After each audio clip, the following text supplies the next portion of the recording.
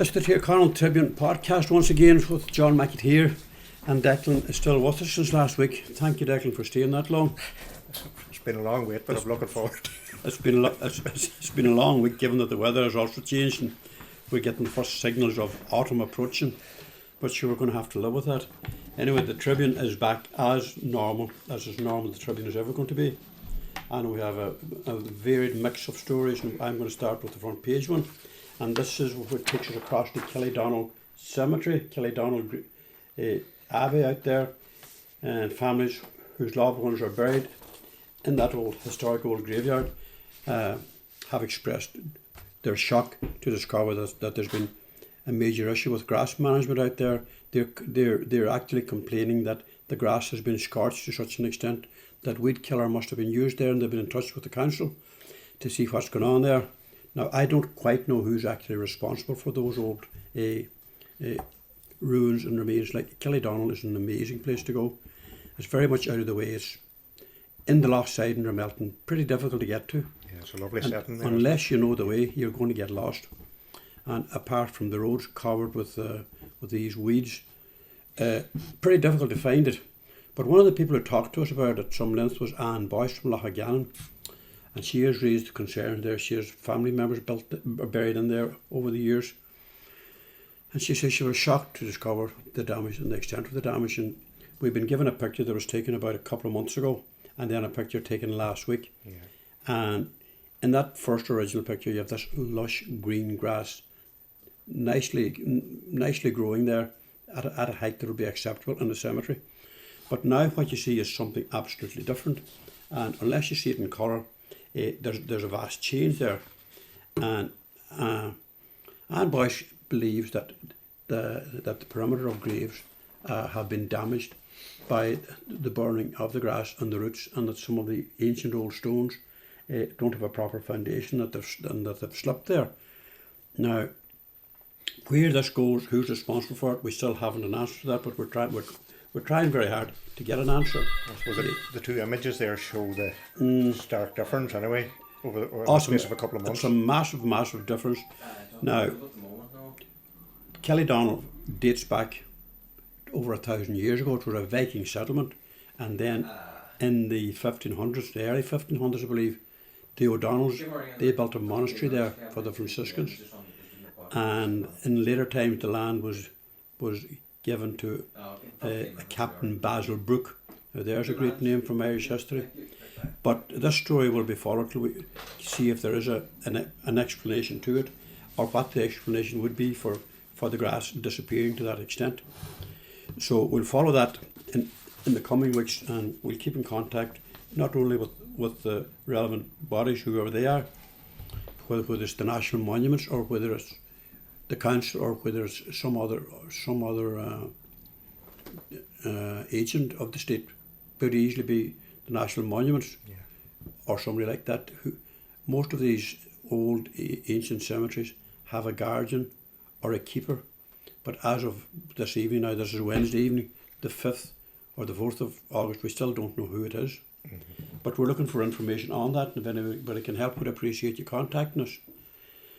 And then tomorrow night, Declan, it's a big night here in Mulford, as interest in the Olympics moves into this town and this area, and to Brendan Boyce. Yeah, a massive night for Mulford, I suppose for Donegal and for Ireland, as Brendan Boyce goes in pursuit of that Olympic medal. It's going to be a big challenge, but he's going to be there. He's going to the start line at 9:30 tomorrow night, and it's taking place in Sapporo. That's 600 or 800 kilometres north of Tokyo. So Brendan has been in good form in the lead up to the 2021 Olympics, and he's quietly confident himself that he can realise that ambition of being on the podium. But it's going to be a big ask. But everybody here in Mulford and around the county and the country will be rooting for him. It's his third Olympics. It's his third Olympics, and 50k each time. Yeah, and it's the last time, I'm told. Yeah, it's the last time. So Brendan certainly has put everything into it. It's the last time for the 50k. It's the last time for the 50k, and he's leaving no stone unturned in terms of his preparation for this Olympic Games. And but as I was saying, it's going to be a very tough to win a medal, but he's in there. He's in there with a shout. He's up against a Japanese guy who's the world champion. But out and about in Mulford, in the last day or two, you get that sense of anticipation, Yeah. and Willingham to bring home a medal, and you can see what it means to not only bring home a medal, but to have actually somebody competing. I mean, it's not every parish in the country or every town that has a competitor at 3 successful Olympics. So, like, regardless of how Brendan does, it's a major achievement.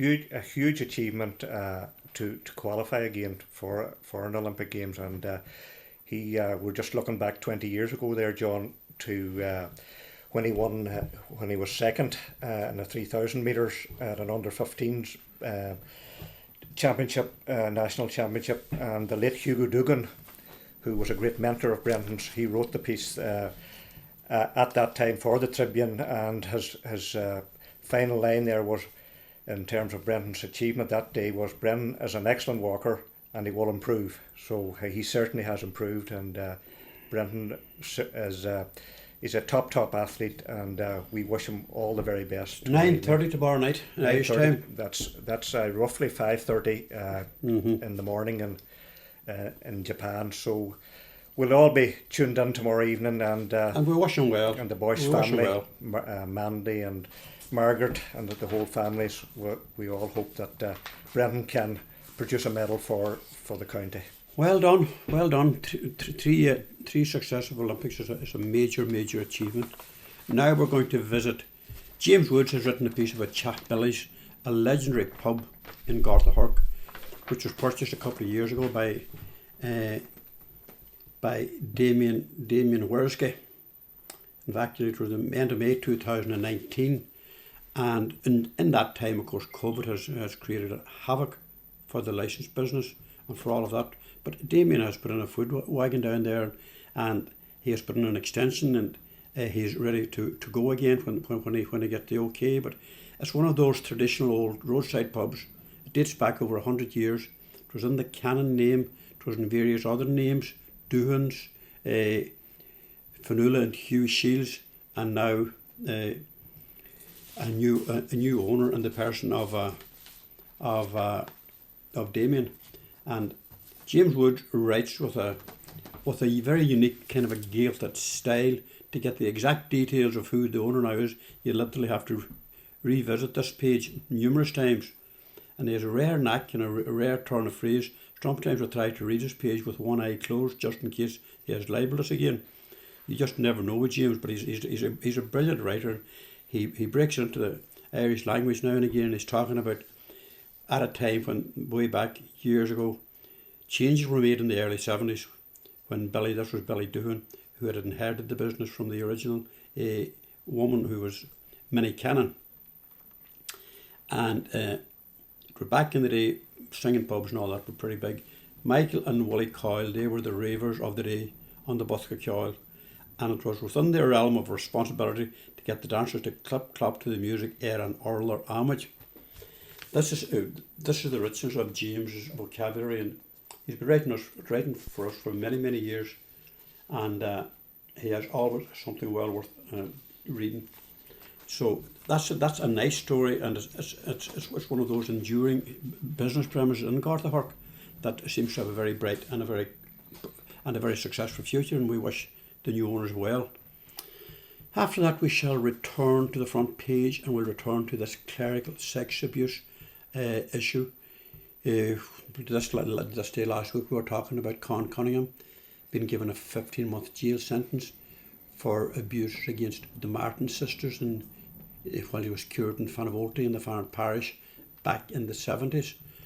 And the story has been revisited again and again in national headlines. This morning, the Claire Byrne show done an extended interview with the two sisters, and they were actually very good, and it brought home to the nation what clerical sex abuse is. Yeah. Clerical sex abuse, regardless of who creates it, is the same. But when people, as parents do, give their children into the care of priests, let it be for games, community games, the various other aspects of life that's part of the growing process, they implicitly trust that priest. there's something very sacred, and there's that moral compass that you anticipate, that not only you anticipate, that you're assured, is part and parcel of the ministry. We have too many priests that have actually sort of let the faith down immensely, and they've created immense damage and hurt. And the Martin sisters they're very, very brave girls now, at their ages, 50 years on.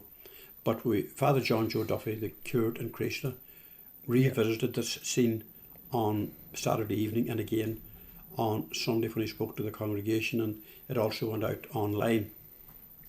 Yeah, he addressed the issue, and he is asking if there are any outstanding issues in relation to clerical abuses in the diocese, and he's appealing to those who might have been involved to inform the relevant statutory authorities.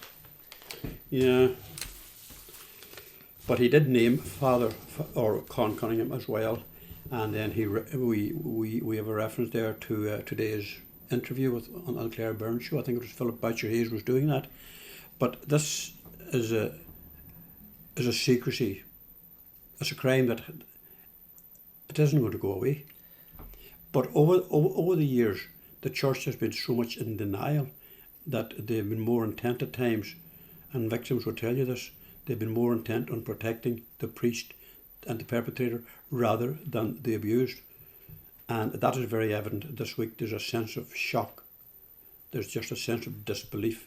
And there's also a sense of silence to some extent, because people like Father Con Cunningham, regardless or not of their crimes, and this is a second prison sentence, he has a level of support. Very hard really to explain what that is all about, but across Fanet now, you would get this sense of disbelief, and you would also get a sense of silence, and that silence is coming from those who have doubted whether he was guilty or not. Mm-hmm. And that has always been the case, because clerical sex abuse in places like this days are nothing new. And until all those people who are still alive, all those clergy who let them be long since retired or whatever, until they actually report what they knew or what they saw or what they suspected to the statutory authorities, this is going to go on and on and on, and it's still going to create that legacy of hurt and damage. And the Martins have spoke with great bravery about how they have felt this cloud of doubt lift off their shoulders, and whilst it's the close of that legal chapter in their lives, there's a whole new life out there for them, but they will still carry with them all of that hurt and damage. Yeah, and I just see that they say on the Claire Byrne show today that they couldn't find any peace within the church for the way it had behaved. Yeah, that's a very telling point, and I mean, they made that point very strongly. Others have done so in the past, and you just wonder. I've written a very lengthy editorial about it today after a lot of thought, and we just simply say, Holy Catholic Ireland, what would Jesus Christ have done? And our stand first simply reads, how many can easily recall their school days being beaten up into a pulp by those crazed principal teachers, and they were not all male. Congregations right across this land eventually discovered that these institutions to whom they had entrusted their souls and their children were cheating on them. Irish voters have rejected church authority, and the two unspoken taboos of Catholic doctrine are gone forever. Victims of clerical sex abuse may, in the passing of time, forgive their enemies, but they're unlikely to forgive the Catholic Church. And that is a much repeated line that I keep hearing and hearing. But we'll move on from that, because we're coming towards the end of our podcast, and we haven't looked at the lead story, which is a headline that keeps recurring as well. Government will not offer full Michael redress, and this is Councillor Michael McBride, who has a fair bit of experience and knowledge, given the business that he's working in himself in the steel in the steel end of the construction business. And he's just saying that he never believed the government would deliver full Michael redress. He has always doubted that the report promised for the end of July would be delivered on time. Then we highlight the fact that the Council's Chief Executive, John McLaughlin, has warned that employees, they have been subjected to a barrage of abuse, and there is a strong likelihood the local authority will need to suspend its processing of these grants. Now Councillor Frank McBrearty has come out and has encouraged John McLaughlin to stop processing these claims because he feels the council should never have taken it on in the first place. And he says the task should be immediately returned to the Housing Minister's desk. Michael McBride then goes on to say that there's a real sense of frustration and dismay and the disbelief after the euphoria, literally, of the big demonstration in Dublin where 5,000 or 6,000 went in June. There was a belief that the Minister and the government would take some action with some degree of urgency. And the Minister did set up that expert committee group involving the Donegal Micah Action Group members and the Mayo group. Now, of course, Paddy Diver has resigned from that, and that was subsequently followed by the resignation of a number of members from Mayo. So as we head in now towards August into September, it's going to be beyond that before we're going to get any news. Yeah, it's certainly has grown to a very slow pace, hasn't it, John? Was it ever any other way, Declan, given the fact, that officialdom, behind the scenes, I suppose we were all focused to a great extent on covering the meetings in Letterkenny and Buncrana and then the big demonstration in Dublin around the middle of June. And so much was happening to the extent that you felt the government can't ignore this any longer, that people are entitled to 100% full redress to cover every last cent of all costs involved. But there was always a doubt there that the government was not going to move with that urgency, and indeed there was a suspicion that they might not give full redress. At the same time, there was a few minor issues being addressed in relation to payment of for the engineering reports, and the issue of paying the local property tax was removed. Local property tax was probably about €120 or somewhere like that for most cases. So really the government was never moving anywhere other than just into a trench. Yeah. And they're well entrenched in there for the summer. But I mean, the people of Donegal will have to confront that again, and they'll have they will have to look beyond the politicians, and they'll have to look to the different organisations that have become part and parcel of the Micah Action Group. So we'll come back to that some other day, but that's the end of our podcast for this week. Thank you, Declan, for being with us, and we look forward to seeing you again in the future. Thank you.